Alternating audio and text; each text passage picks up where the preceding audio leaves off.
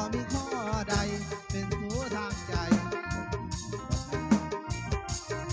จงหากเมียเขาท่านบอกว่ายันว่าเขาได้ยิน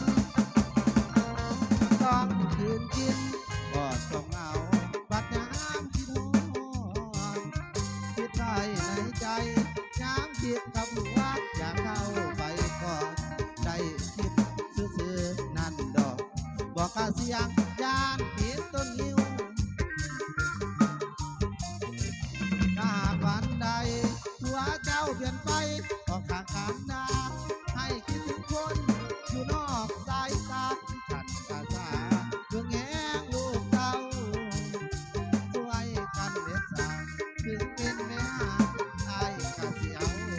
เรื่องอดีตไอ้บอกเคยเว้า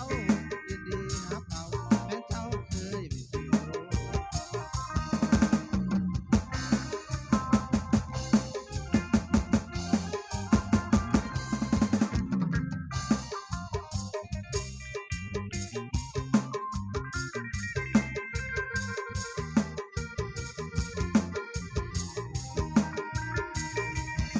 หากเมียเขาท่านบอกว่ายันพอเขาได้ยินจะต้องคืนกิน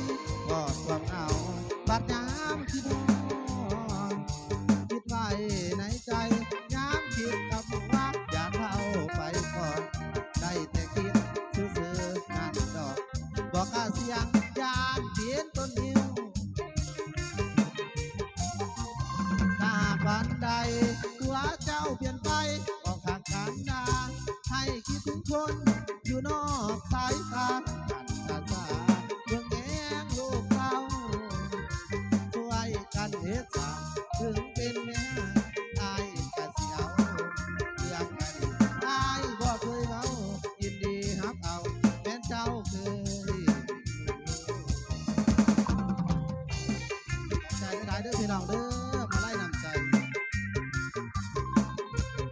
ตอนนี้พอกันสอนรับอย่างต่อก่อนเด้อพี่น้องเด้อ